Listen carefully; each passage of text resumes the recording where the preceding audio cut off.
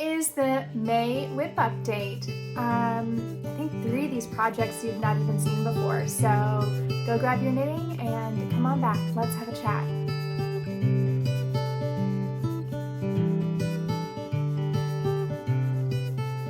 Hey, this is Haley and it's the Knitweekend podcast. This is my space where I nerd out about all things yarn and fiber with my co-host, Sweet Georgia Brown.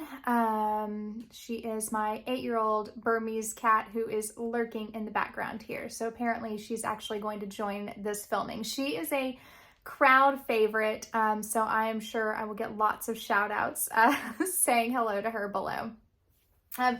Really has been about, I think, 3 weeks since I filmed last, and at the time I was feeling kind of bogged down in a lot of projects. But this week I have been feeling so re-energized and I have a lot that I'm excited to share with you about. I think, in fact, this is going to be a 2-parter episode. So I hope you will join me again this time next week for part 2 of the May WIP update. I haven't really made very many notes, as I often don't, because I just kind of want this whole thing to be a vibe like you are chatting with your bestie while you're knitting. So it's very off the cuff, and sometimes if I misspeak or don't express things completely, that may be why. Which leads me to, I want to circle back to a couple things, a couple comments on the last WIP update video, specifically with the artist shawl. So in the last video, I showed you my finished shawl that I had knitted out of the Lichen and Lace Rustic Heather Sport, which was the recommended yarn. I had 2 questions, and let me just grab my iPad so that I can look and see specifically who asked these. Okay, the first question is from Despina Vassos. So sorry if I've completely butchered that. And they wanted to know, is it stranded colorwork or mosaic? They said they hadn't really been able to find anything in the research on Ravelry and have heard both things. You've heard both things because it is both stranded colorwork and mosaic. The small bands of color throughout the textured waffle stitch pattern are stranded knitting, flat. And then the huge band at the bottom with the gorgeous triangles, that's all mosaic. So you get a little bit of both. I had never personally done stranded colorwork flat, and I'm not a big colorwork knitter to begin with, but I decided to go for it. And honestly, it really was not that difficult. I think the trick is to just know how to purl continental, maybe teach yourself that before you cast on, and I think you will be just fine. So don't let the stranded colorwork sections deter you from taking on this project. And the next was actually a comment that I was really glad to receive. This is from Allison Brown Marcolini. And Allison shared that they used the Lichen and Lace Rustic Heather Sport in another project on the Lunenburg sweater, and that it actually did knit up very well in stockinette with a nice even fabric. I had shared that some of my Lichen and Lace yarn was plying back on itself because it is a mill spun single ply, so it does have a lot of thick and thin sections, and I was a little nervous about using it in a stockinette sweater because I was worried about biasing. But Allison shared that was not at all an issue, which has me super hyped because I have a fair amount of the contrast colors left over. And I think it would be a great first colorwork sweater option. So those are the 2 comments from last week's episode that I wanted to circle back to before we get started on some of the other things. I did also, by the way, have a little bit of a schedule that I'm sticking to today, so I'm really hopeful that we are gonna just do this stream of consciousness without a whole lot of stopping and starting and editing. So if you get a few more ums and ahs from me than you usually do, then that would be why. But a few shout outs and recommendations for you. I want to share with you some podcasts that I've been really enjoying right now. Let me pull up my notes here. And the first of those that I want to share with you is Toks Knits, Toks. I have so enjoyed watching this podcast.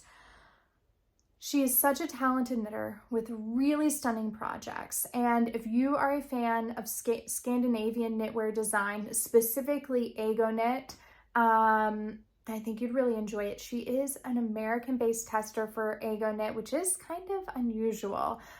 Recently, she did the Esther jacket. I think it was the jacket version, not the sweater. And it was absolutely stunning. So highly recommend her podcast. Another one is The Balanced Skein with Kendra. Kendra did such a great episode recently on the pros and cons of seaming. If you guys have watched any of my other episodes, you will know that I conquered my fear of seaming in 2023 and going into the beginning of this year. And I definitely think there's a time and a place for seamed garments, especially cardigans. I would hands down knit a seamed cardigan again over and over.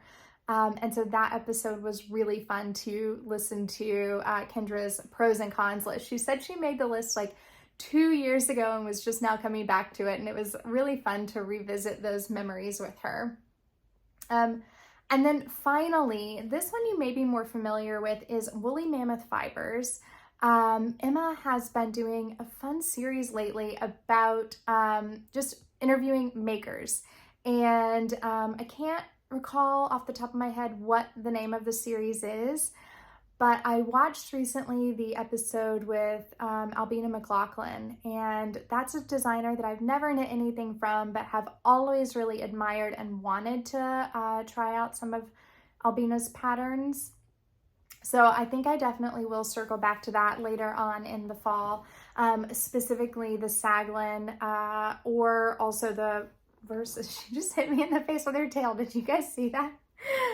Or also the Versal sweater.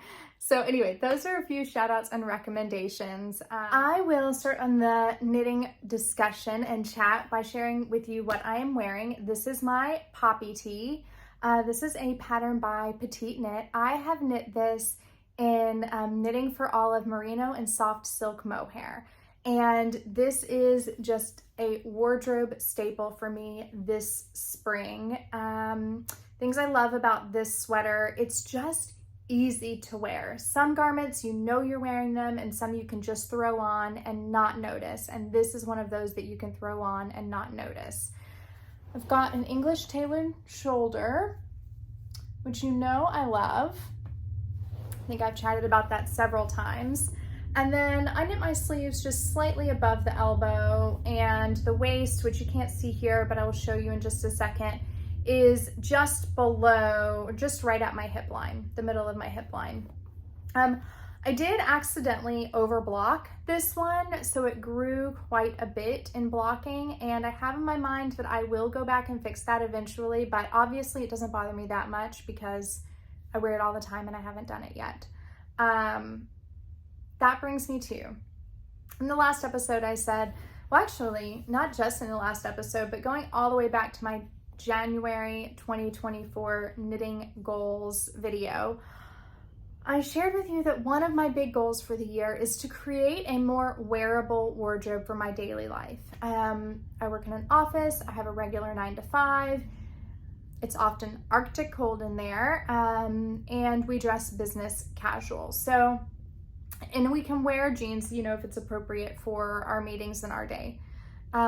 So one of the things in the last episode that I mentioned was putting together a spring wardrobe video for you guys, where I show you all what I'm actually wearing right now. And I started to do that. It was a little bit of a weird exercise out of my comfort zone because I'm used to just really like throwing something on and walking out the door. But I'm kind of one of those no fuss people. Like I don't put a lot of effort into makeup and hair and lots of styling of clothing, but I aspire to style and look nice to walk out the door every day. And so I filmed myself 4 days. I think I forgot to do it on Monday. So I filmed myself Tuesday, Wednesday, Thursday, and Friday with what I was wearing to work that day. And I'll be hopefully popping that up here for you. I'm not gonna go into the full description of the wardrobe just yet, because in doing this, I realized that I had some non-knitting gaps in my wardrobe that I also wanted to fill. So this was a really fun exercise, and I think it definitely shows you a lot besides just looking in the mirror and when you turn the camera on yourself and look at how other people are perceiving you. So, but some of the projects that you're seeing in these videos, you've got my poppy tee, obviously. You've got my fireworks sweater. I've discovered that having a open gauge fluffy sweater for layering in our cold office has just been really fantastic. You're also getting my cute little Nova scarf, the orange one that I finished recently that knitted up in Cardiff cashmere. That has just been such a lifesaver for me. And then I think my must-have cardigan is going to make an appearance here as well. I can't remember quite everything that I wore that week, but it was a fun exercise that I'm going to revisit once I have acquired those couple other styling items that I am looking for, and also finished one of my WIPs, which I will show you in just a minute, because I think that is kind of one of those missing items that I really want in my work wardrobe.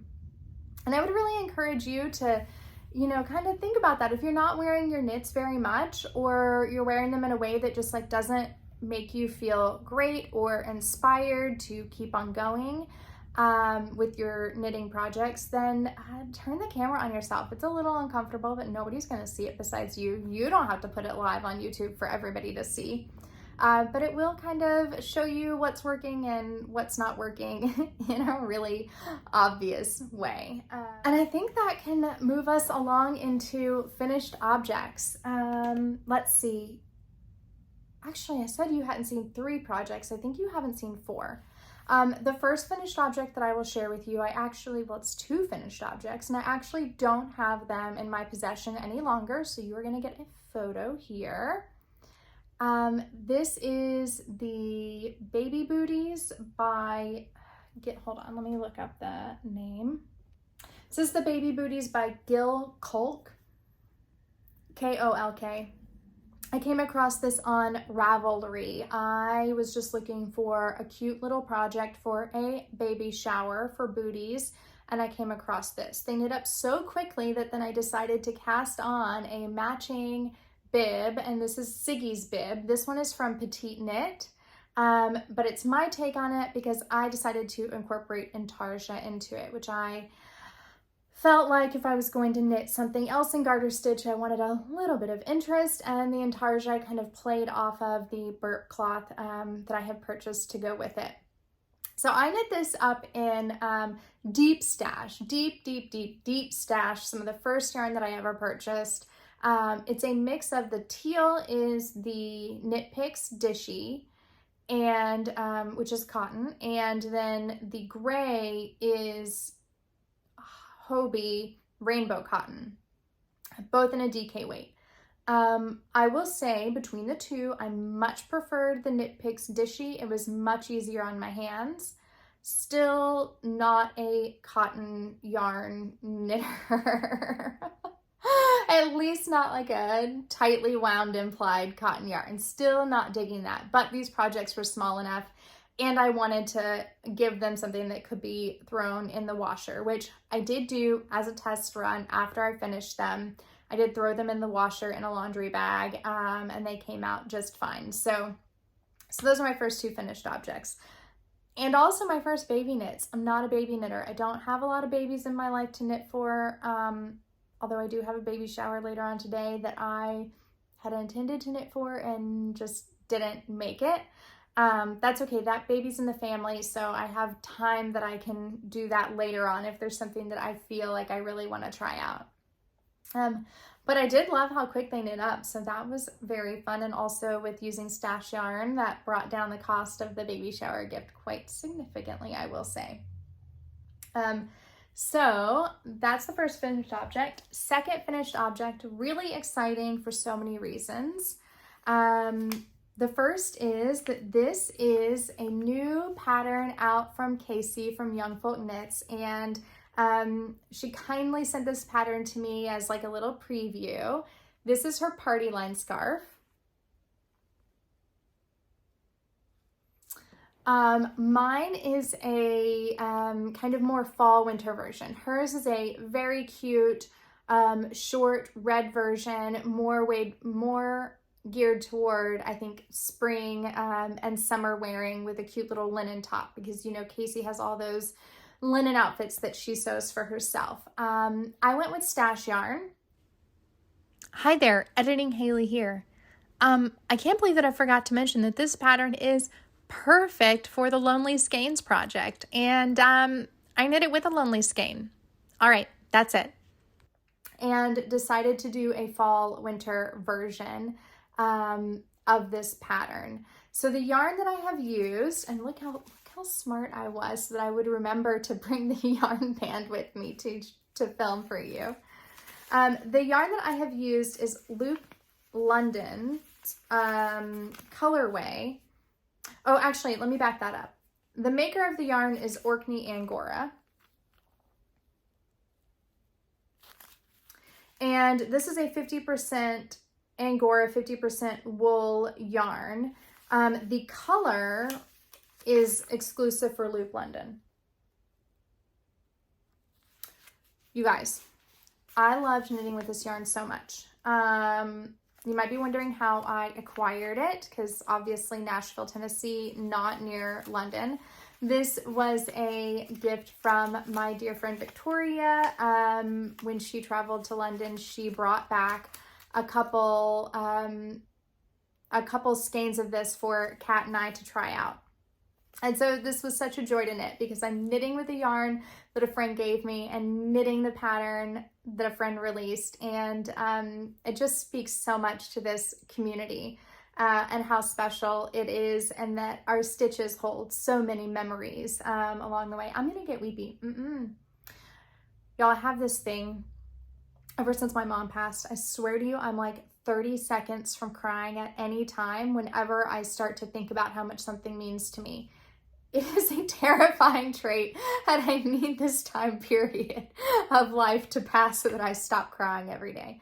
But anyway, so you can just tell how touched I am, not only by the yarn, but also by the project. And the yarn was pure joy to knit.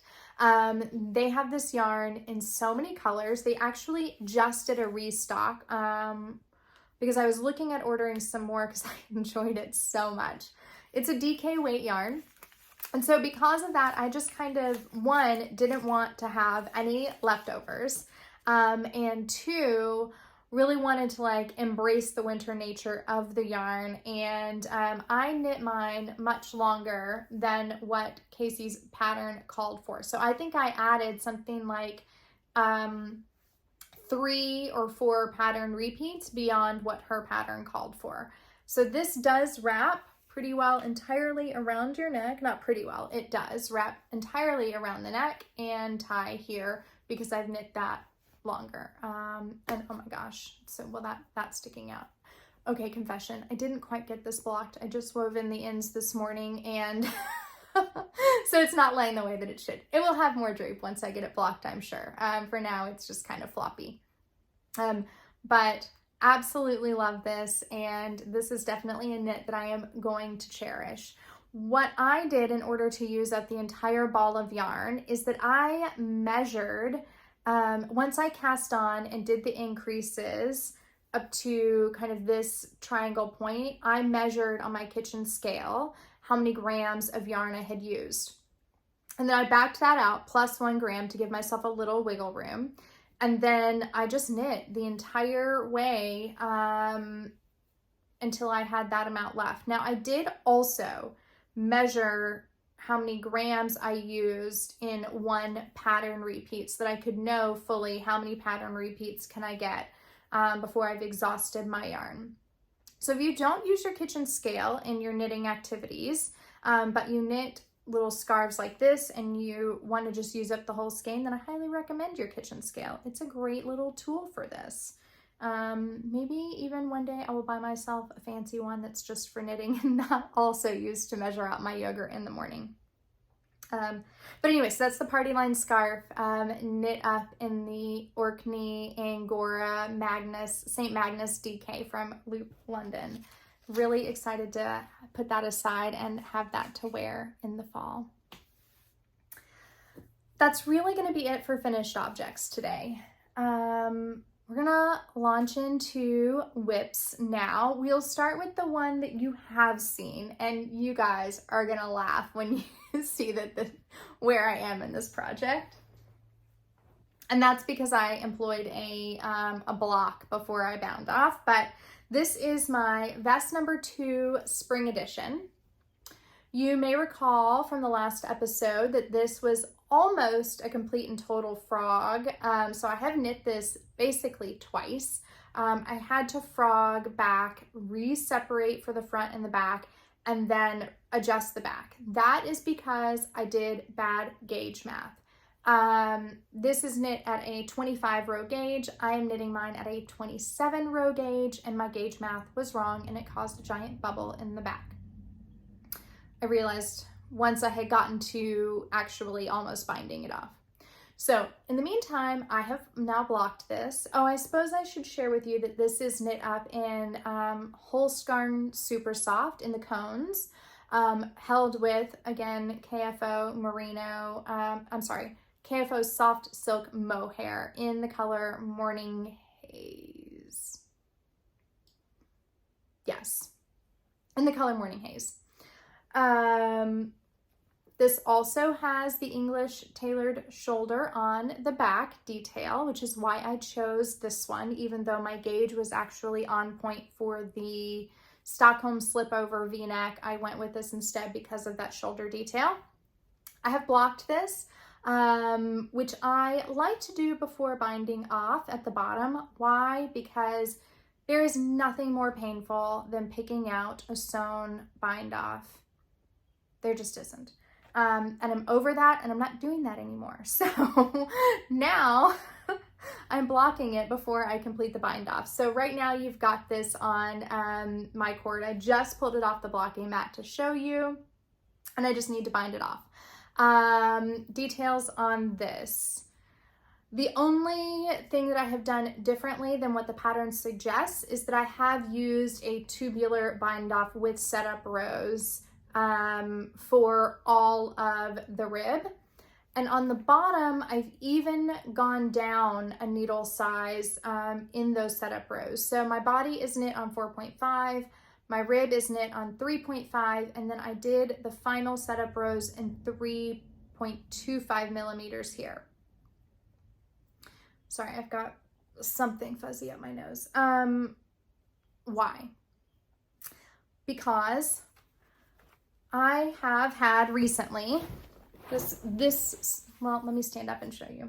This sweater is a prime example of this, where my bind off has gotten like very kind of loosey-goosey after blocking.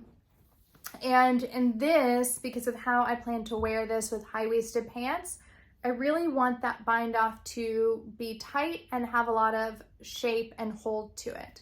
So that's why that's why I did go down a needle size in those setup rows, to really pull that in and have it be a nice, firm, structured edge.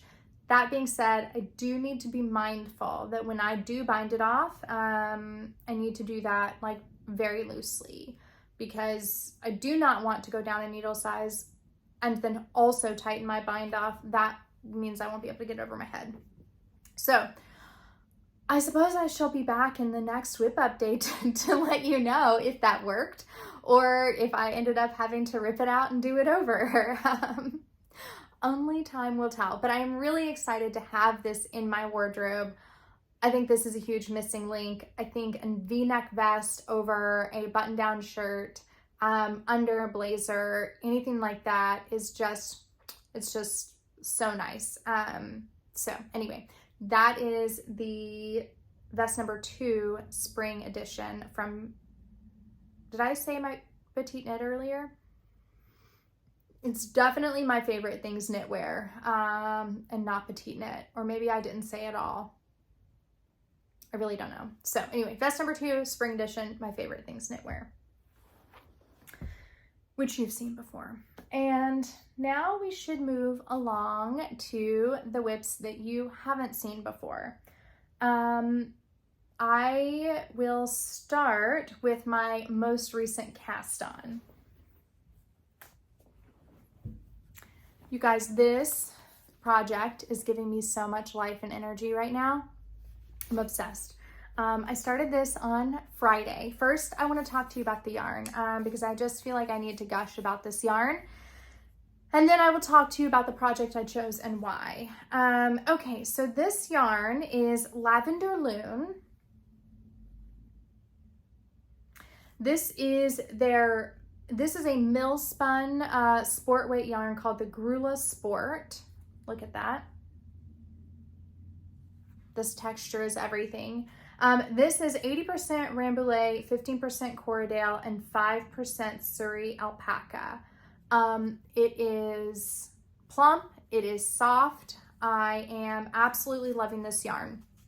So I picked this up at the Ill Fated Wool and Kolk, and I saw it and immediately gravitated toward it. Now, if you're at all familiar with Lavender Lune, you will know that they're really known for their hand dyed, but I decided to go with the natural because I just thought it had such amazing color in it of itself, with the gray and with the dark gray and the light gray, that I felt like I would be perfectly happy with this undyed version. And I'm glad that I did. I think it just is much more my style in the end. So this, I would say, is a minimally processed yarn, meaning that it has a fair amount of VM in it, and definitely still has a lot of crimp and a lot of body. It is, you will, especially when I show you my project, notice that there are a lot of thick and thin spots. And this is something that I wanted to be mindful of in choosing my project, that I wanted to actually embrace that inconsistency in the yarn, and really have something that it was going to highlight it, not hide it. This has also really inspired me to start diving into knitting with my hand spun, even though it's not perfect, and even though it's not necessarily the most consistent, which I will talk to you about later on. But yeah, this yarn has just been such a joy, incredible joy to knit with. And I don't think that you can buy this anymore. I'm very sad for that. Maybe they'll do, I mean, I have no idea, but I would buy this again if there were another run of it for sure. It was milled by Get Bent's Farm in Minnesota, which if you watch Emily from the Botanical Knitter, you'll hear her talk a lot about this farm. I think she's very involved in that community. And so I love a good upper Midwestern yarn. All right, so when I originally purchased the yarn, what I had in mind, and I even remember saying this at Wool and Kolk, was that I could just see this knit at a looser gauge for like a transitional t-shirt. I had something in my mind that was probably going to be something along Ozetta's Harvest Tee, but just at a looser gauge. And when I picked this up to start working with it for the spring, I swatched it and I didn't like it on a looser gauge. It just didn't seem to fit right for the yarn. So I ended up choosing a 4mm needle, and I really liked the fabric that created. So that's how I ended up kind of backing into my gauge, which is 21 stitches by 34 rows on a 4mm needle. So I used my Ravelry and looked through all of the ones in my favorites to see something that would fit in that gauge area. And I came up with a few options that I posted on my Instagram stories and asked what everybody's opinion was. I think it was mostly between the Dew sweater here and the DRK Everyday Sweater by Andrea Mowry. And it was pretty evenly split between the two when people messaged and said what they thought I should knit. But ultimately, I think the gauge chose the sweater because the Do sweater is knit at 30 rows and the DRK Everyday Sweater is knit at 32. So I was closer to the 32 mark. And this being a really plain circular yoke sweater, I knew that I could easily do the gauge math to adjust for my gauge. So I have chosen the DRK Everyday Sweater by Andrea Mowry for this project. I cast it on Friday night. It's Sunday for context. And I've already made it through the first few rows of the yoke, or the first couple yoke increase sections, because it has just like I said, this yarn just has me captivated. So this is knit on the 4mm needle. And when I looked at what I wanted to choose for this yarn, I knew that I needed a sweater that would take some structure, that would have some body behind it.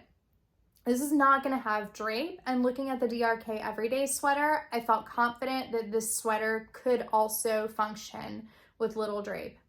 I also happen to have exactly 1,000 yards, so I am going to be playing some yarn chicken unless I decide to shorten the sleeves, which I am kind of pondering to make this more of a layering garment than a full-on sweater. Getting back to that, I think one of my toxic traits is that I never buy enough yarn. I am always one skein under what I think I probably really should be buying for that yarn weight. And the only reason that I can come up with this is a lot of my yarns I buy when I'm traveling or, you know, that sort of thing. So I have a limited amount of time and a limited amount of planning, and I just buy it. Also, if they're more expensive, I'm gonna try to like underbuy or buy only enough and not any extra, and that often leaves me scratching my head with what the heck I am going to do with the yarn that I bought. So this size calls for 980 yards and I have 1,000. So we will see what I do with that. But this is the sweater so far. And I'm not sure if you're getting, well, I think you are getting some of the VM, like I'm still picking it out. If you're somebody who is bothered by VM, then maybe avoid minimally processed yarns. I am not. I don't mind picking it out, and I kind of love the sheepiness of that. And then also, you also can check out the thick and thin, which just really has me wanting to embrace my hand spun yarn because there's a lot of that in my hand spun. But I am loving this, absolutely loving it so far. I think it's going to be just a great wearable piece. The other thing that I will add about this is that even though this is undyed, like I mentioned, I am treating it like hand dyed, meaning I am using helical knitting.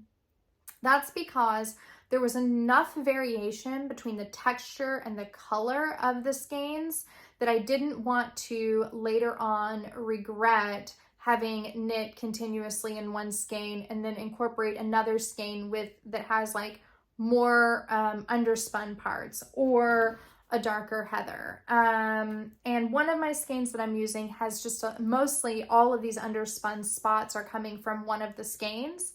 And one of the skeins really doesn't have any. So future Haley is really going to thank me when she gets to the end of this project and is not dealing with one section that looks drastically different from the other. And I was chatting with my friend Kat about this a couple weeks ago, and we were talking about how when you have a plain stockinette fabric, actually the helical knitting kind of brings a little bit of interest and kind of keeps you moving forward. So I do not mind doing it at all on this project. It is super easy to do that. Anyway, so I will let you know how this progresses. I would love to have the yoke knit and be separated for the sleeves and have a good solid try on by the end of next weekend. because we are headed to Washington, and having learned from previous mistakes, I need to make sure that I have all the like fitted pieces done on the garment before I take it with me, because trying stuff on in the plane isn't really feasible. And the last time that I did that, I knit the whole garment without a try on, and it did not work out for me. That one was gifted. So anyway, we'll see if I get to that goal. If I do, then this will go with me to Washington, which I am super excited to have that going on. Okay, whew. Am I rambling today? I'm looking at the recording and it's already 28 minutes. And I was kind of aiming for this to be a little bit of a shorter podcast since I was breaking it into two. Guess it's a good thing I'm breaking it into two. The next project that I have, another project that's full of memories, actually, with some of the same people that I've already mentioned earlier. Start with the yarn. Okay, this was a, well, no, we're starting with the yarn. Stay focused. Okay, first yarn, still breaking into the Holst Garn SuperSoft cones that I purchased. I got these in, it's been a while since I've talked about this, but I got these in black, white, and like a light heather gray, just because I thought these are going to be great staple yarns that I can pull on for several projects. And so far that has been the truth. I've gotten multiple projects, little bits of multiple projects out of each of them. So that's been a really good thing. So anyway, so this is one of my yarns. The other one is this yin yang yarn from Loop Fiber Studio. And this is a 100% merino fingering yarn that is a black and white marl, leaning more toward the white than the black. It's called yin yang because there's a coordinating yarn that leans more toward the black than the white. And I purchased this at Rhinebeck. At the New York Sheep and Wool Festival itself, at that actual day. So it's a little bit of a spontaneous purchase. I was looking for something that was marled, black and white, and that's because I had in mind a particular pattern, which I will share with you about in a little bit. And this is a very neat and tidy round yarn. So it is just on the complete opposite side of the spectrum. What did I do with it? I put it away on myself. It is on the complete opposite side of the spectrum from this. These yarns really could not be more different to knit with, which is kind of fun because it gives some variety to what I am working on right now. And then my second yarn, or my third yarn, is this yarn from Distilfink Fiber. And this is a 80% Romney, Border Leicester, and 20% Merino 2-ply fingering.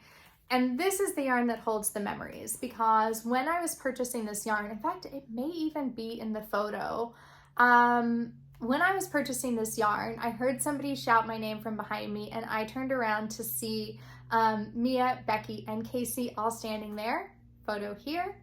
And so I think this yarn will forever hold the memories of that rainy, dreary day where we all look like drowned cats, but we're so excited to meet each other in person. And that's why it's just so fun to like actually go out and purchase the yarn somewhere rather than just ordering online, because it just carries all of that joy with it. And when I knit this project, I think about them. And sometimes I've been knitting this project while watching their podcast, which is also really fun. Anyway, on to the project. So I think one of the things that I have decided is that I always want to have a quantity of yarn in my yarn closet that is dedicated for a shawl. Why? Because I don't swatch for shawls. And when I just need a spontaneous cast on, a shawl or a tiny scarf is where I'm headed.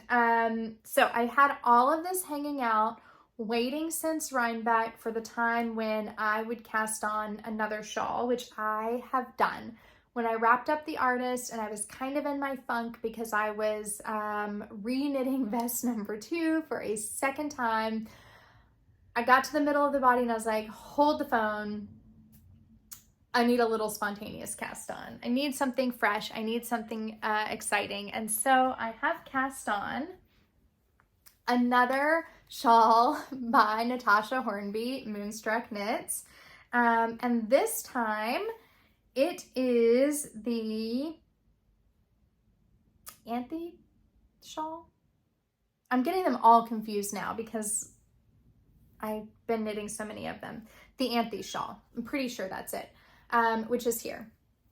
So it is, sorry, Georgie's out in the hall yelling and there's not much I can do about that. Sometimes she's a really disruptive co-host.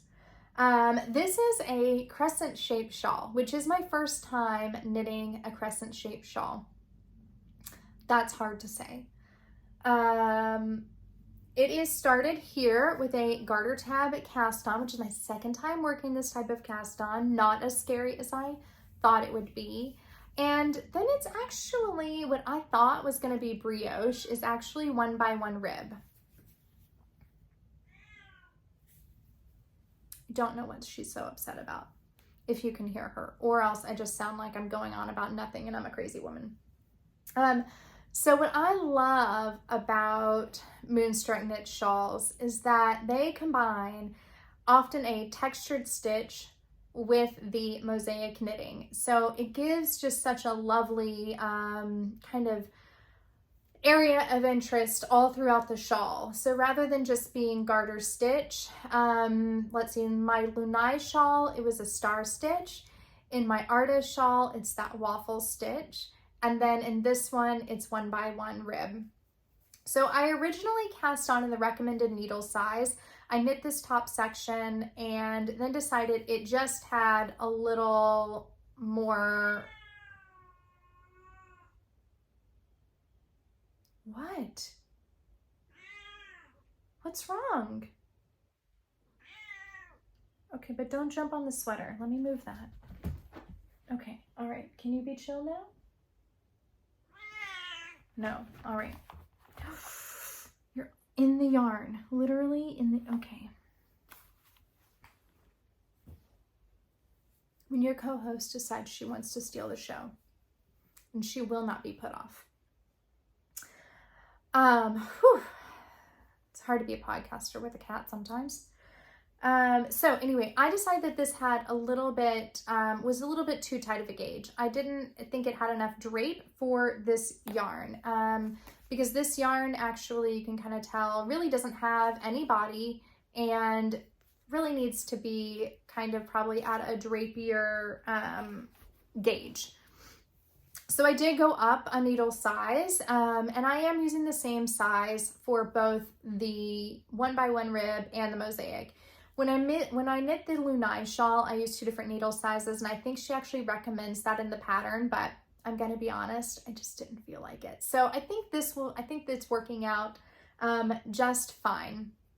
I'm not 100% sold on the main color yarn for this project for a couple reasons. One, now having knit the artist shawl and also having kind of listened to a few interviews and having a better understanding of Natasha's design experience and intent, I recognize that really her shawls, for the most part, are made to be knit with a kind of toothier, more substantial fingering weight or sport weight yarn.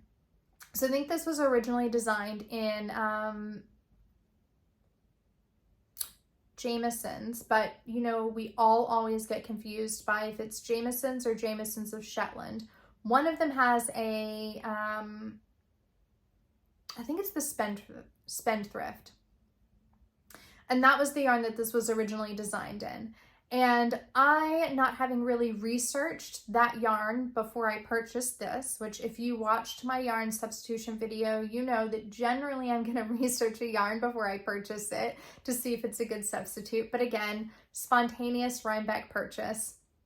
Having purchased this, I, one, did not realize how different those yarns are. The Jameson Spendthrift being very toothy. I think it's a woolen spun. And this Loop Fiber Studio yarn being very smooth, totally 100% a worsted spun merino. So they really couldn't be more different. And then the colors also very different. I did not realize that the original pattern was designed in a marled gray and black. So I definitely have a higher contrast main color going on than the pattern originally intended, which I am not really 100% sold on, but I'm going with it because these are the yarns that I have purchased, and I still think it's going to be a lovely shawl. So I'm about halfway through the width of the shawl, but now we get to the part where the rows just start getting very long, and you already know how I feel about that. So I don't know when you'll see this shawl finished, and I don't know how many more episodes this shawl will make an appearance in, but this is where we have started. And actually seeing it on camera, I think it looks much better than I had feared that it would. Oh, I made one other error. I'm from the South, it happens. I made one other error in this pattern, which I'm going to point out to you because nobody would ever notice this except me and now you. But maybe if you're knitting this shawl, it will be helpful to you so that you don't make the same error that I did. And that's here in this first set of bands. So you may notice that I have 2 yellow bumps there and no yellow bumps here.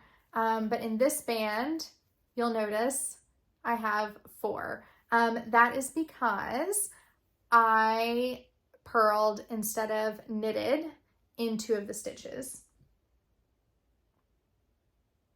And so they have just kind of disappeared into the other color.